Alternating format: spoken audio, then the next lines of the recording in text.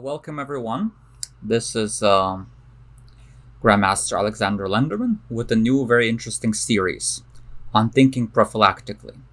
Now, thinking prophylactically is very important because in chess, as I always tell myself and my students, it's important not only to think about your own ideas, but your opponent's idea as well, because it takes two to play the game of chess, right? So it's important to remember that we're not the only ones playing the game. Opponent has ideas as well. And when we calculate certain variations, we have to remember to consider ideas for our opponents very, very hard. And the first video will be about prophylactical thinking during tactics. Now, what exactly is prophylaxis? It's being aware of opponent's ideas, making observations and just seeing what is there that opponent might want in a certain position. It's basically like information, as well-renowned coach Mark Dvoretsky would say a lot in his books and his videos. Prophylaxis is just information. It's being aware of what opponent wants. And then it's our choice how to deal with it. Now, when we do tactics, it's very tempting to just see tactical patterns and only look from our point of view, and basically that's it. But it's very important to remember that we should consider opponent's ideas as well when we calculate. So let's start with this little example, which I got from the courtesy of a renowned author, Dan Heisman, from one of his videos. I think this example is really, really nice, and it demonstrates how important it is to pay attention to opponent's ideas. So the most tempting move, as some of you might have realized, is Rook takes h5, with the idea that after G takes h5, Rook g3 check, King h7, we have mate Queen h5 or Queen g7. However, Rook takes h5 is in fact a very big mistake in the position, because Black has a shocking defense just to play f6, and suddenly both our Queen and the Rook are being attacked, and we're going to lose the Rook, and we can basically resign. We have no attack anymore.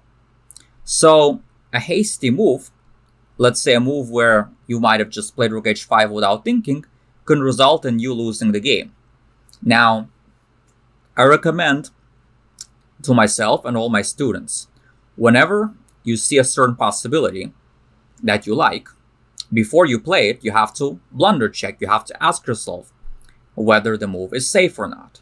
Right? And in this case, when you analyze Rook h5, and you have to analyze all the possibilities opponent can play, not just G takes h5, but f6 as well. So that's very, very important.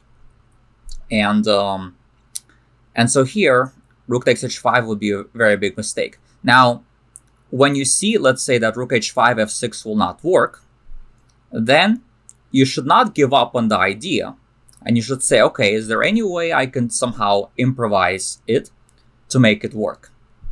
And it turns out you can play Queen takes h5, which just wins the game. It works. Because now there's no real defense against Queen h7, Queen h8.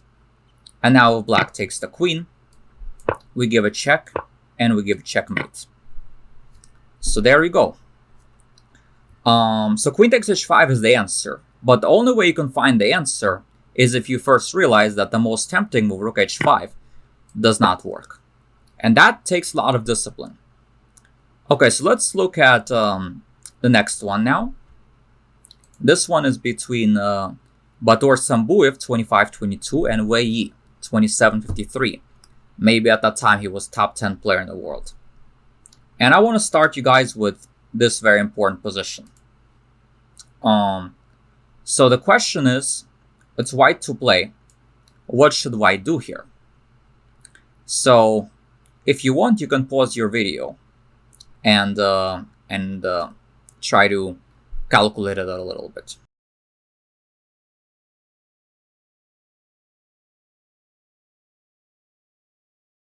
Okay, so what's the idea here? Well, the first thing we have to realize is that, the first thing we have to do is count the material, right?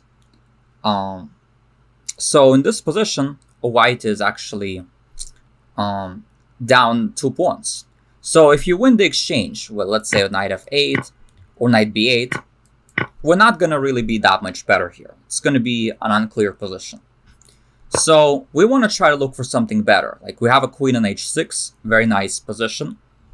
And it looks like we should have a very nice attack here. So the question is what to do. Well, the most tempting option is probably knight f6. But knight f6, bishop takes, pawn takes, will run into knight f5. And now it's sort of a problem, because the queen is being attacked. This square right here is being guarded.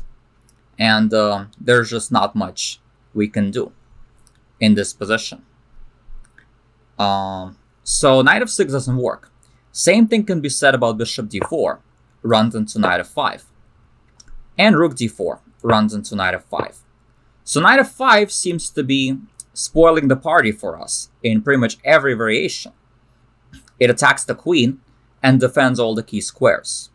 So what to do? Well, the next move that comes to mind is rook takes d6. But rook takes d6, queen takes d6 doesn't really work, because now they have 6 squares guarded. And yes, you can try a fancy line like bishop c5, hoping they would take, and then we mate him. But of course, black has tons of other moves, such as queen f4, or bishop takes g5, and the list goes on, and black is clearly fine in all the lines, because white has given up tons of material here. So what to do with white? Well, sometimes when you're looking at a tactic, the most vicious attacking move is actually just defending against opponent's main defensive idea. And once we realize that knight f5 seems to be a problem for white in all the lines, then we can see that we should just play bishop h3. And it stops knight f5, and now white has a winning attack. Now we're threatening rook d4, bishop d4, and maybe knight f6. And black really cannot defend the position. Rook d8. And now rook d4 is the most precise, which threatens rook h4. And there's basically no defense. Black resigned here, but the game could have continued something like this.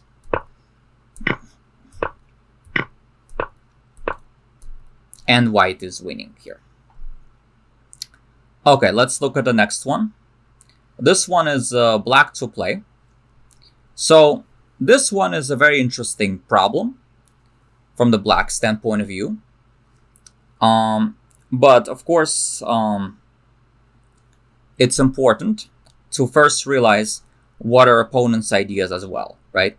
So from black's standpoint of view, what can we do? Well, queen h5 is the move that's pretty much the most tempting, because it threatens queen h6 and it threatens queen h3. So what to do for white after queen h5? It looks like game is over. Looks like black just wins a piece and it's over. But we shouldn't stop here, because white has counter ideas, such as queen takes c4, which is very interesting. And this actually looks like white is coming back. By the way, this was also one of the exercises that Dan Heisman gave.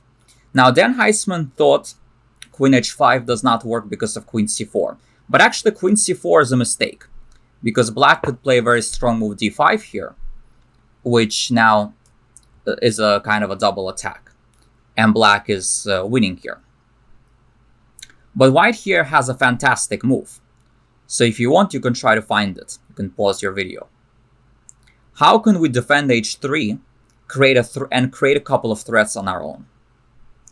Yes, the answer is queen d7. Fantastic move. Defends h3, defends the mate, threatens queen g7, and threatens queen e6. So as a result, black has nothing better to do but to play bishop takes g2, king takes g2, queen takes h6, and then queen g5, and black is up going to be up one pawn, but might not win the game. Rook f2 is also a move that people consider here. which looks very interesting.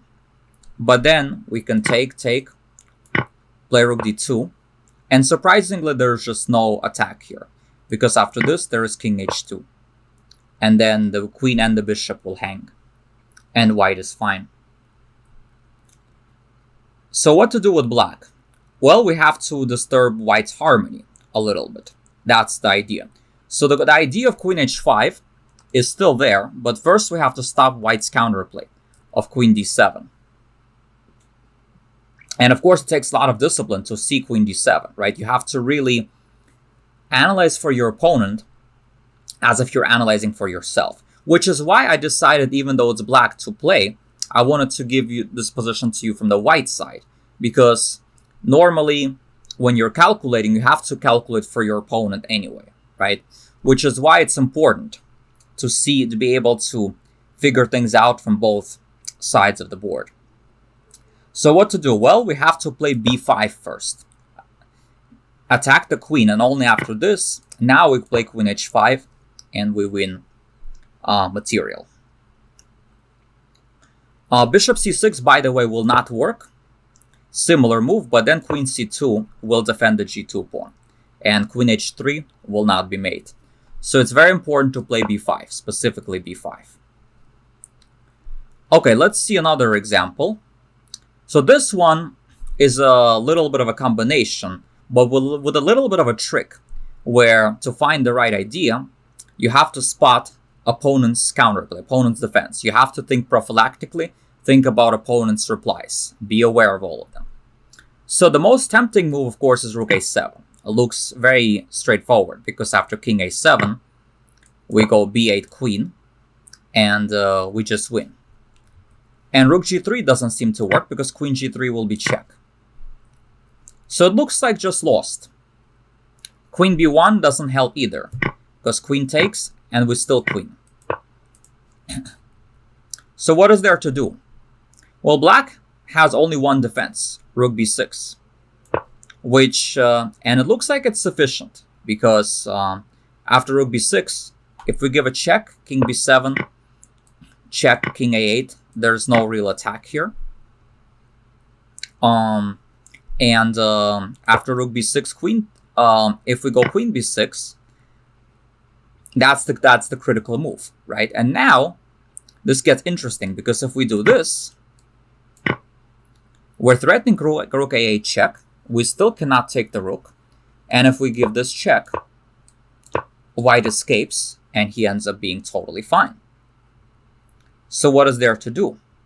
Well, black, it turns out, has a fantastic resource here. Rook takes g3. Pawn takes is forced, otherwise we get mated, and then queen e3 check.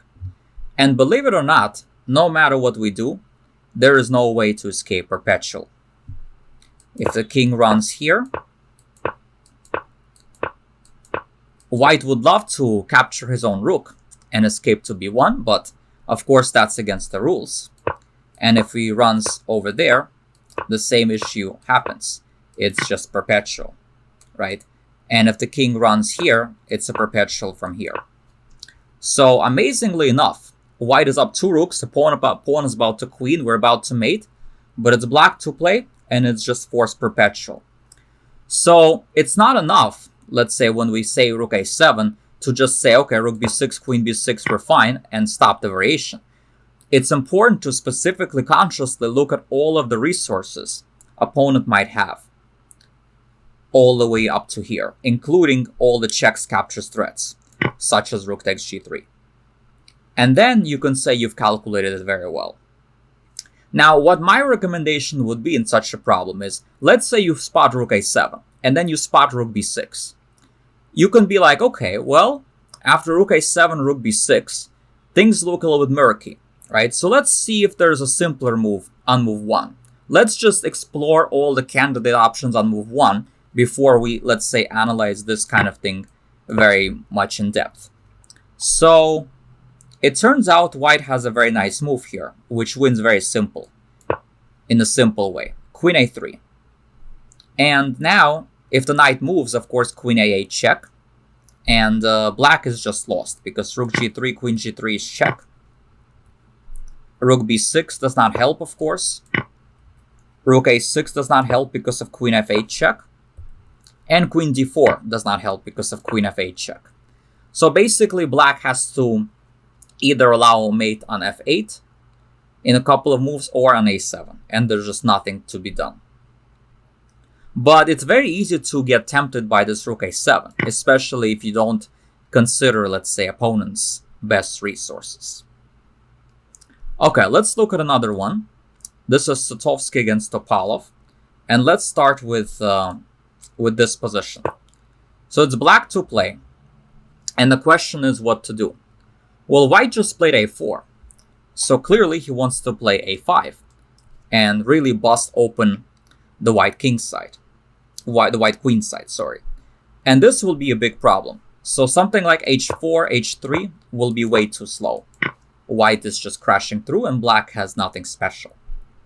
So we really need to stop this a5 and then ab somehow. And certainly allowing the knight to attack is also not very good.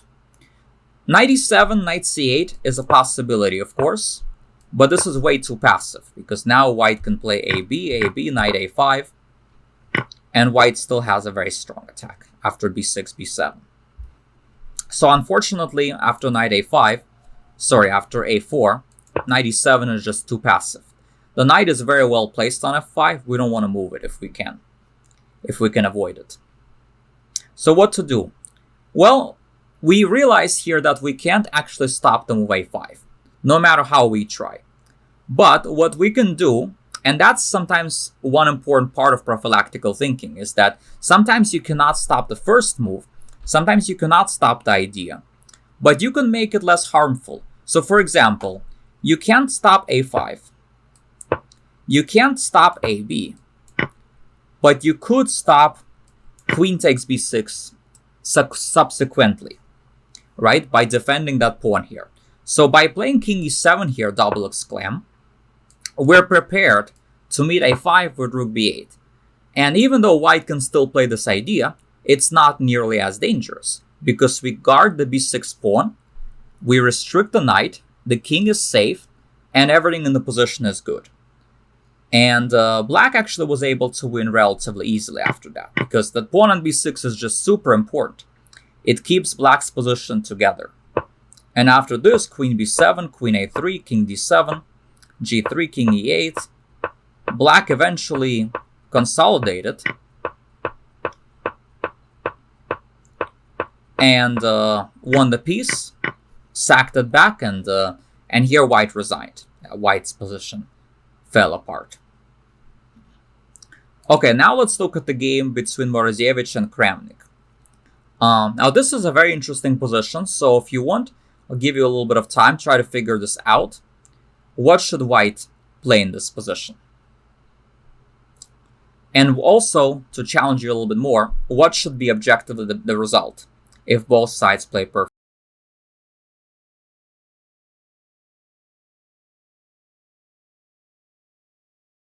So the first thing you can realize is that you can play queen takes e6, which looks very good because we're threatening queen g6, queen g7, which means that a move like h4 will not work. And it's very easy to just play it. And in fact, I think in the game that's what was played. And white ran into a very rude shock. Because black now has a fantastic move. Rook b6, double exclam, backward move. Very easy to miss. And now suddenly white is just losing. Because if he attacks mate, rook g6 will win. And if queen takes d5, we go h4. Queen d3, let's say, king h6, and black wins. So rook b6 is a fantastic move. That just wins, right? And again, if you only look at h4, it's going to be very easy to miss a best move, which is why, as Dan Heisman always says, you have to consider all of the possibilities opponent has. Not just one possibility, but all of them. And, all of the ideas opponent has. And if you do that, you'll be disciplined enough to avoid queen e6.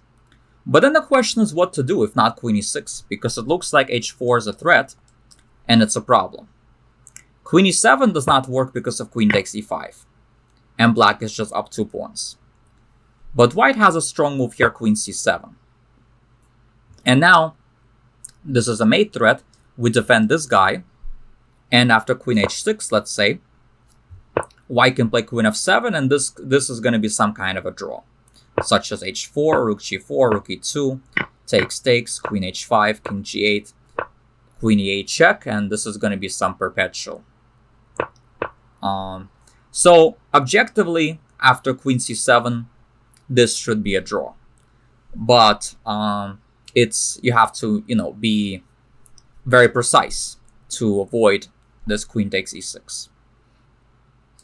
And finally, I want to show you this game that Vishy Anand played when he was young, and he was playing Rainer Tomczyk, a pretty strong player as well, 2300. And at some point, white completely outplayed black. White was a low rated, and he completely outplayed Anand. And at some point, they reached this interesting position. Takes, queen takes h6, rook d7, and and here white needs to decide what to do. Like this is the exercise. So white to play, what to do with white here. Okay, so if you said rook e6, you're thinking like a strong 2300 player, which usually is a good thing. But unfortunately, this time, it's not good, because black had a fantastic trick up his sleeve. Queen takes e6, double exclam. And white could resign, because after this, bishop e4 is mate. And in fact, white did resign here. So what white should have done is, he should have repeated back queen h6, king g8, and only now play rook e6, with the idea to go back queen g5, and then win the game. So you see how even in a winning position like this, it seems like everything wins such a crushing position. But you have to be very careful, to look at opponent's resources till the very, very end. Because if you don't, you might just have a winning game slip away from your fingers, just like it did from Rainer Tomczyk. And a future world champion might get a very nice escape. So I hope you guys enjoyed this video, and in the next video we'll see examples where we have to think prophylactically in endgame situations. Bye bye everyone.